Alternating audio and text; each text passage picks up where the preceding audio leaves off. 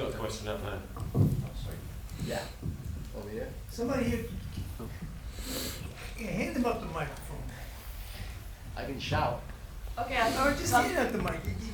Give the mic to these people. And listen, just hand it. Okay. Yes, dude. Oh, what? Take them now. Take them. Yo, Nick, take the mic. Just hand it back. Hello. Forgot my question. Oh, he's got a mic. I've got my yeah, cheers. All right, you're gonna move. You're gonna do the mic. You're gonna take pictures. You're gonna do everything. Somebody's got a hand up. Okay, good. All right, go ahead. Let me hear.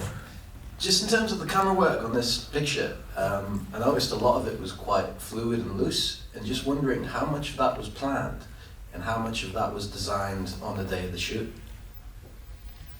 You know, it's a one camera deal here. You know, this was like a very simple film. You know, talk about independent films. This film was made for nothing. I mean, people didn't get paid.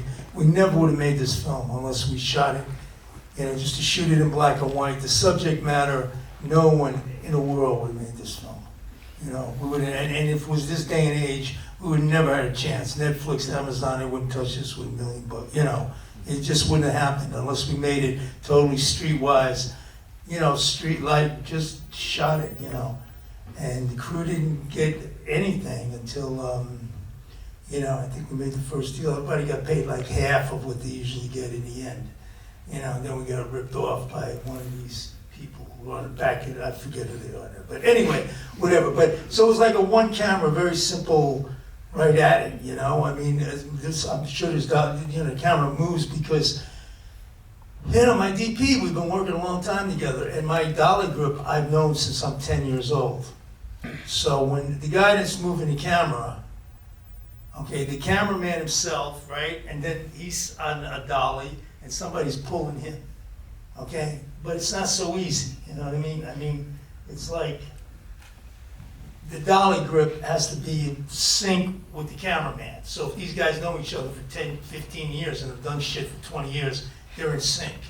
These guys have got to be in sync with the actors. They got to know where those guys are moving, or otherwise, you know, for the filmmakers out there, you're putting marks on the ground, you're doing all this bullshit, you know. But if you got guys that are sensitive, they know what's going to happen, you know. We just shot it very straightforward. We shot it all on location on the streets, right in the middle of it, you know. So, I mean, I'm sure we would, you know, it's my neighborhood, you know. It was like NYU, and just we had no trucks, so we couldn't have a location that we had to carry equipment any farther than we could. You dig? So we had to find locations. No, okay, this is where we're starting, or that apartment where we had that big scene at the end. And, you know, don't find a location that we got to carry the shit any further than we can. And that's, you know, I mean, it's that kind of simple stuff. So, how planned were these shots? I mean, I know these places. I lived there my whole life, so I was, you know, enough of my life. So, you know, it wasn't like we went to a new, you know, to a new city and then tried to figure it all out, you know. But I think it's pretty straight up, you know. But the camera move, the smoothness is the guys that work with me. All right, who's got, you got anything else? Anybody? Yeah, just pass that thing, okay. You know, guys, you can make it count. You want to talk about this film a little bit? I mean, it's about your school, right? Let this guy ask a question, then you should tell me. All right, good. Thanks. Is the film is not necessarily like a very sympathetic portrayal of addiction, Right. at all. And I thought that, like, with a lot of vampire films, it always feels like the disease or whatever is kind of like a foreign entity in that person's body, and they're kind of like a normal person until the hunger kicks in, Yeah, right. or whatever. But in this one, it seemed more like she was always explaining her actions through her own worldview and her rationalization of the world and how Right. she thought about things. And I was just wondering if you could say something about that and how that relates to addiction and how it kind of manifests itself in people. You know, I think the key is when whoever's doing the biting keeps saying, you know, just tell me to go away. You know, the attraction is in front of you. You know, you could step away from it and not step away from it. And that comes from a personal will and personal choice. In theory, you know, if you're an addict, then maybe you don't have that choice. But this is like unproven ground, you know what I mean? I mean, I don't know the answer to that. As an addict, I'm an addict. I'm a recovered addict, but I'm still an addict. So I don't really know the answer, but part of my recovery is believing that I have this addiction. I mean, I have the addiction I can never use. I can't, you know, alcohol, say we're just talking about drugs and alcohol. And there's a lot of addictions, but let's just say that, because he's using heroin here as his parallel, as his metaphor. I'm saying him as the writer is this Nick St. John, who I grew up with also. I met when I was 13 or 14. This is one of his last scripts. You know, we did this one, I think, Dangerous Game. That was about it. The Funeral, Dangerous Game, and then he just stopped. You know, obviously very, very, very Catholic, very religious, more Christian, more Word of God, Jesus than Vatican kind of Catholic. But anyway, now I forget what I was saying. You know, I just have a different relationship to alcohol than people have, or drugs. You know what I mean? It's like, you know, I just do, and when I do it, I can't stop. So, now, is that like you're talking about? Is this can my self-will cure me? The experience that I have with the people I know, no, it can't. You know, that's not gonna work.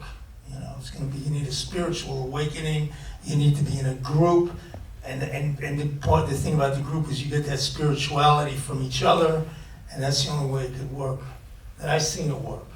You know, you're not gonna get sober alone, and you're not gonna kick these drugs by yourself.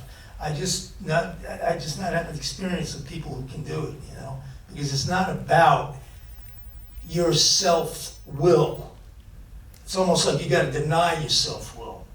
You know what I'm saying? It's like you're gonna get strong, I'm gonna be, that's what's keeping you using. When you give it up and you surrender to it and say, you know, I eat strawberries and I'm covered in like horrible fucking skin disease. Well, don't eat fucking strawberries. You know, what do they say? I'm allergic to alcohol. I drink and I break out in handcuffs. You know, it's like a joke, but it's not a joke, you know. Anyway, all right, anybody, does that answer the question a little bit? Yeah. Yeah, no, I mean, no, it's a good question. Get it. I was wondering if your own experience of recovery as an addict, gave you greater insight as a director, do you feel? Well, it's an experience. Every life experience is going to help the film. You know, the joke here is I just began using heroin. I never wanted to use heroin. Like, it's called a yet in the program that I'm in. It's like, you know, I haven't hit anybody you know, I haven't run over anybody yet. You know, I'm cool, I'm drinking, you know, I haven't punched the shit out of somebody and ended up in jail yet. You know, I haven't done that yet, you know, so I did everything under the sun, but I never touched heroin, because that's my yet, that's where I'm not gonna go, until I did it, and then I became a junkie, but I began it here, on this film I started using, which is incredible. And all the guys with me then were in recovery, all the cats for 20 years were using all crazy shit, you know, and then they're all getting cured. And I'm going off on a fucking, like, 14-year heroin experiment. You know what I mean? That ended up not, that it was a failed experiment. You know what I mean? If you've never touched heroin, really, it's a disaster. You know, really, I mean, the end game. It's like, you know, Miles Davis said, you know, it's the heavyweight champion of the world, untied, undefeated. You know what I mean? You're gonna end up on your back. There's nobody, you know. So, but you know, every experience is an experience, you know, so the films are gonna relate to what I'm doing, you know, because the films give, you know, because the films are not just me, you know, there's a group and there's like a thing and everybody becomes part of it, and so the film could rise above, you know, everyone's weakness or everyone's like not ability to really do my thing, you know? Anyway. Anybody got something they want to say? You don't have to ask it. It doesn't have to be a question here. My director friend here. When's your movie playing? It played on Friday. Oh, we missed it. All right, everybody missed it. Yeah, give it to this guy. All right, introduce you. They all know you. I mean, Oh, cool. I'm Nick, by the way. from where are you from? From London. London. Okay.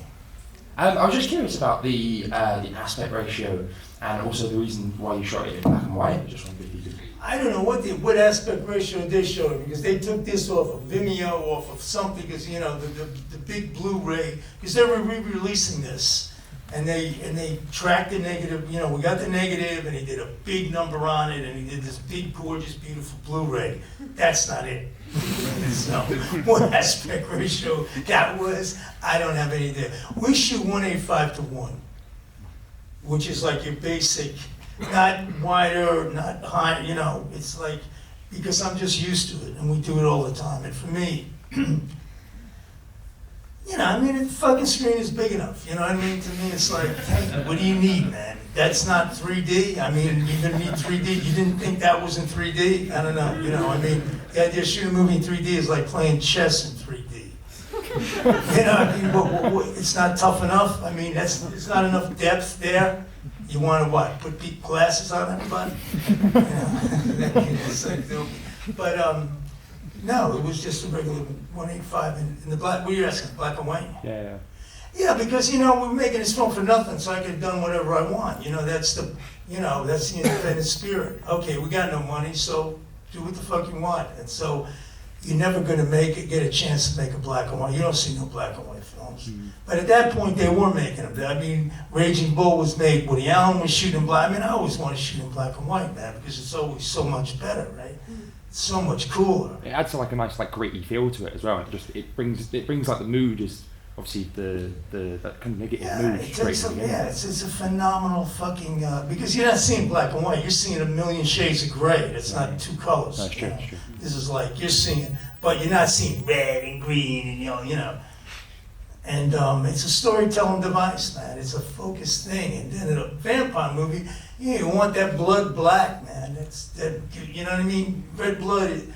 I don't know. Something about that blood being black is what it's about. You know. I mean, when you really think of the classic vampire movies, you know, for me, I'm thinking I'm seeing a black and white movie. I don't know even which one I remember.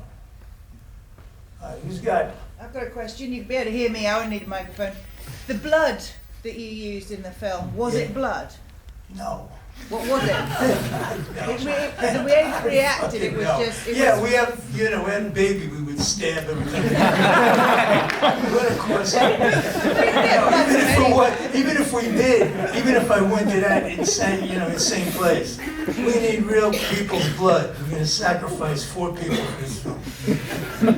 No, it's not. It's like, it's a divide. You know, some people make it better than others, you know. We've been doing it, you know, we've been making these kind of films, so we're good at this. You know, at this point, I may stop doing this kind of shit, but, you know, we got that blood fucking locked. So, you know, then in black and white, it's just better. Good. What have you seen? Who's got the mic? Pass this mic around, because the people all the way up there.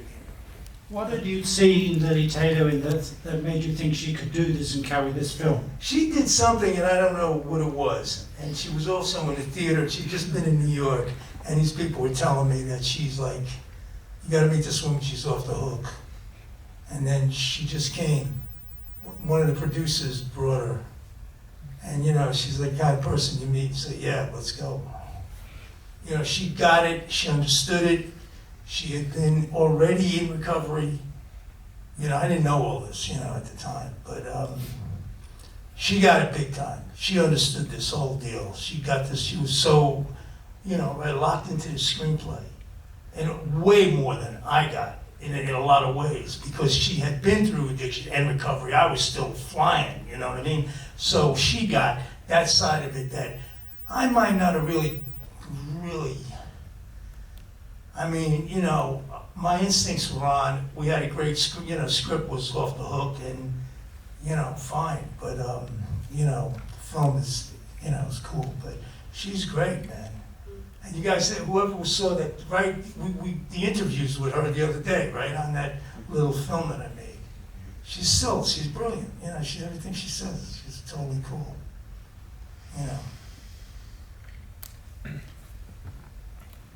Pass this mic. Is this on? Hello. Do you think humans are evil, or do you think we're addicted to evil? Do you think what? Do you think the human species? No, I don't think we are that at evil? all, man. I don't think that at all. I absolutely don't think. I think we're capable of it, but I don't think we're. I think we're not born with it. You know what I mean?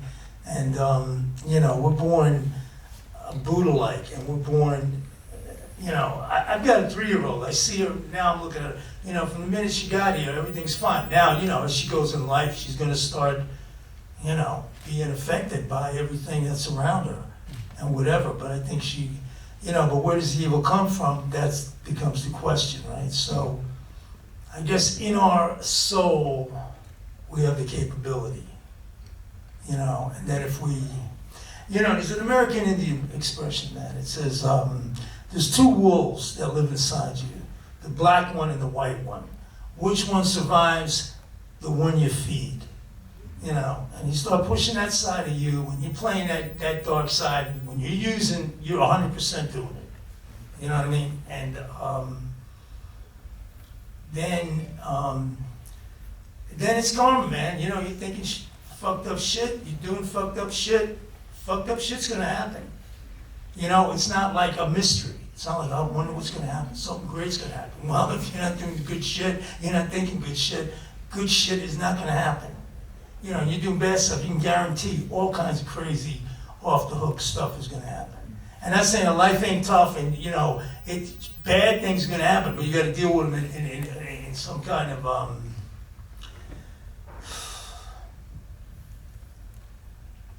logical, human way, and not, you want to talk about the film, because Meredith went to NYU. This is basically the story of an NYU student. So. We met when I was an NYU student. It's almost a parallel. I think you were editing This in Fact, and then he gave me my first part was it Blackout or RX Miss First? My first 3 films were with Abel.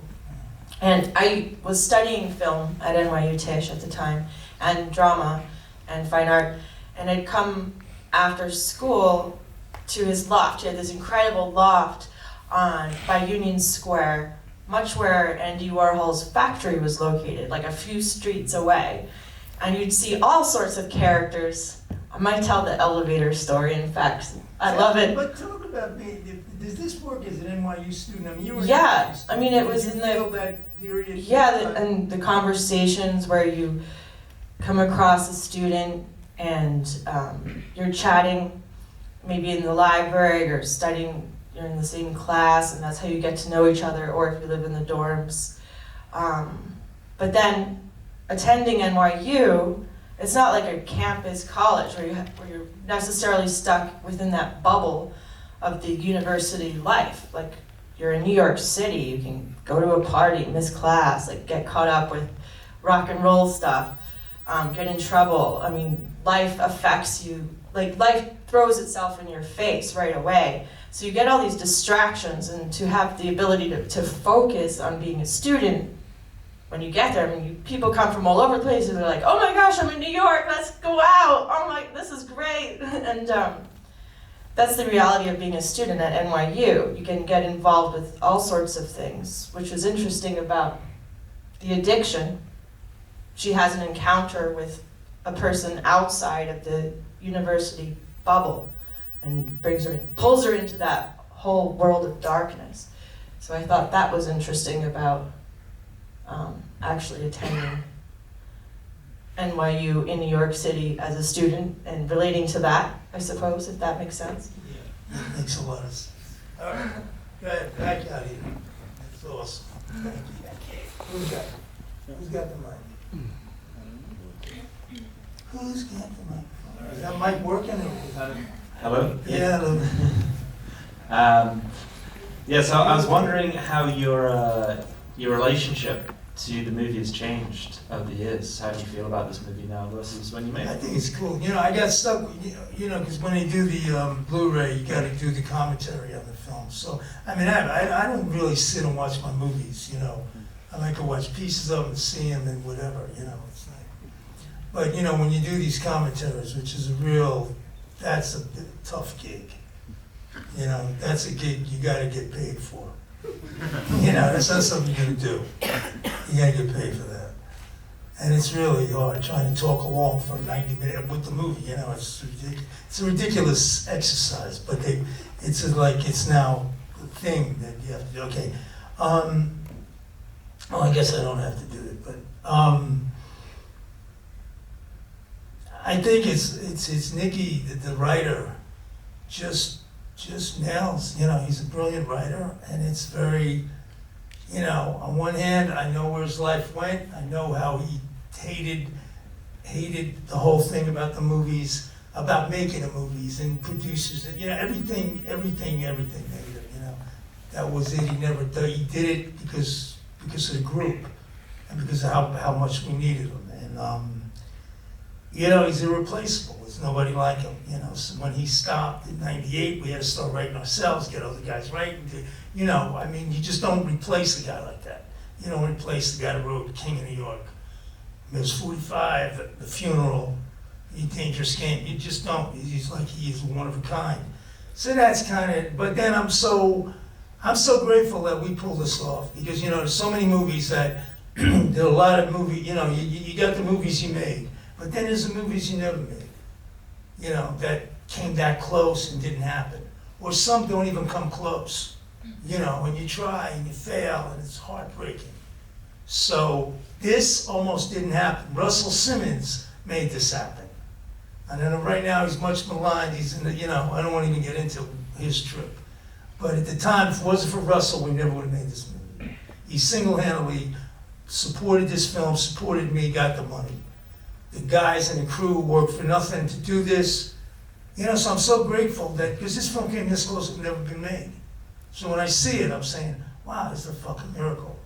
You know, and again, like we're talking about the actress, you know, when you get the actor locked in with that script, man, you can't miss. You gotta like really, you know. But then we were all in and we're all on, and it's cool, you know. And I like the fact that when we shoot in the streets, you know, you're seeing, never mind what's in front of the camera, you're seeing, right? That's NYU, 1995. Yeah. And that's not like that. Now forget it. That's a whole other world. You can go to the same place, you know, the cats on the block, the people hanging, the sneakers they're wearing, the fucking everything, the movement, the kind of rap, the music, all this shit. They're fucking long gone, bro, you know? So when you watch it, it's like kind of a sociological, you know, study. You got any comments you want to make?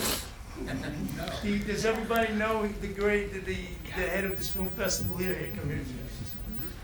Say hi. Hi. Come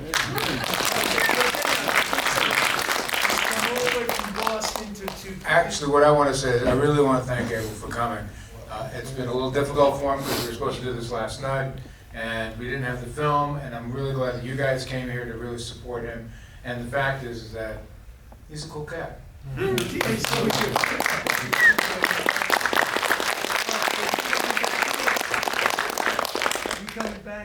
you coming back next year? Maybe. All right. Well, this is year one. One year. We're 1 year in. We might all be here next year. We might not be here. North